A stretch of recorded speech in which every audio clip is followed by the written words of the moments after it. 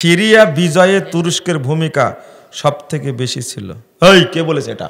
ওই কে বলেছে এটা? তুমি কিছুই জানো না। ভালো, তুরস্ক, তাই না? তুরস্ক তো আপনাদের খলিফা, এরদোগান খলিফা আপনাদের, তাই না? কি যে করার দরকার আপনাদের জানেন? আকীদা বুঝেন না, তাওহীদ বুঝেন না, মানহাজ বুঝেন না, খালি মানে লাফালাফি করেন, শুধু মারহাবা করেন। আপনি বুঝেন কিছুটা? আমার বহু আগের বক্তব্য আছে, লিখনীয় আছে। সিরিয়ার এই বিদ্রোহীদেরকে যেন আল্লাহ বিজয় দান করেন, এদেরকে অর্থ এবং অস্ত্র সহযোগিতা করছে সরাসরি সৌদি, কুয়েত আর দুবাই। আলহামদুলিল্লাহ। সৌদি আরব চেষ্টা চালাচ্ছে ইয়ামানে যারা আছে শিয়া, তাদেরকে এখান থেকে বহিষ্কার করা, বাদ দেওয়ার। আর আপনার খুব কষ্ট হচ্ছে, হারামাইনের উপর আক্রমণ করলে, মক্কা মদিনার উপর আক্রমণ করলে আপনি এত খুশি হন, সৌদি আরবের কিছু হলে আপনি এত খুশি হন, মনে হয় ন্যাংটা হয়ে লাসবে। এরা হলো সৌদি বিদ্বেষী। খবরদার, খবরদার। 14 গোষ্ঠী মিলে সৌদি আরবের বদনাম করেন, কিছুই করতে পারবেন না ইনশাআল্লাহ, কিছুই করতে পারবেন না। আপনার শরম হওয়া উচিত, লজ্জা হওয়া উচিত। কই তালেবানরাও তো বিজয় লাভ করেছে, এরকম কথা তো আমি বলিনি, বলেছি? না না, তালেবানরা এসে আহলে হাদিসদের কচু কাটা করেছে, আহলে হাদিস মসজিদগুলো বন্ধ করে দিয়েছে, আহলে হাদিস মাদ্রাসাগুলো বন্ধ করে দিয়েছে। আফগানিস্তানের সবচেয়ে বড় আলেম যিনি শেখ মোতাওয়াক্কেল, তিনি এত সুন্দর কথা বলতেন, এত বড় পণ্ডিত মানুষ। তালেবানরা ক্ষমতায় এসে 3 দিনের মাথায় তাকে তার বড় ছেলে গুম করেছে। 5 দিন পরে এদেরকে লাশ টুকরো টুকরো করে ফেরত দিছে। আপনাদের দুলাভাই, যে দুলাভাই, আপনাদের লজ্জা নাই, শরম নাই? এই বাংলাদেশ যারা মূর্তি ভাঙছে, তারা কি তাওহীদ প্রতিষ্ঠার জন্য ভাঙছে? ইসলামের জন্য ভাঙছে কি? না না, ভাঙ্গেনি একটাও।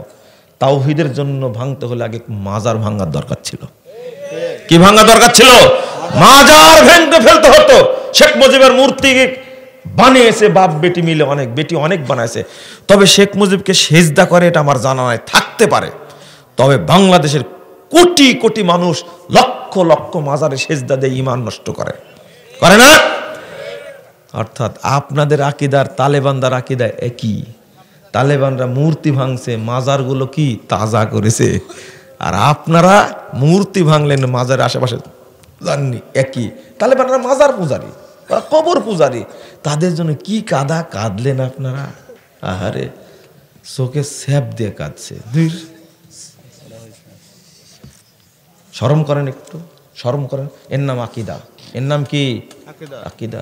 বুঝেন না তাই, বুঝেন না তাই লাফাচ্ছিলেন। এই একটা জিনিস বুঝাই, ইউক্রেন আর রাশিয়ার যুদ্ধ লেগেছে, আপনি কার পক্ষে? কারো পক্ষে না, তাই না? একটা পক্ষ নেন না। আপনার অন্তর জ্বলে না? আপনার অন্তর জ্বলে না? আচ্ছা, এবার প্রশ্ন করছি, হিজবুল্লাহ আর ইসরায়েল মারামারি লাগছে, কার পক্ষে আপনি? কার পক্ষে? কত কাঁদছেন আপনি। হিজবুল্লাহকে চিনেন আপনি? হিজবুল্লাহকে চিনেন? হিজবুল্লাহকে চিনেন? এই হিজবুল্লাহ, লা হাওলা ওয়ালা কুওয়াতা ইল্লা বিল্লাহ, এই হিজবুল্লাহর কি নাম? মারা গেল প্রথমটা কি যেন? হিজবুল্লাহর প্রধান, sorry Hasan Nasrullah, Hassan Rouhani মনে হয়েছিল, হাসান নাসরুল্লাহ, হাসান রুহানি ইরানের। হাসান নাসরুল্লাহ বলেন তো কে ছিল? জানেন না, জানেন না।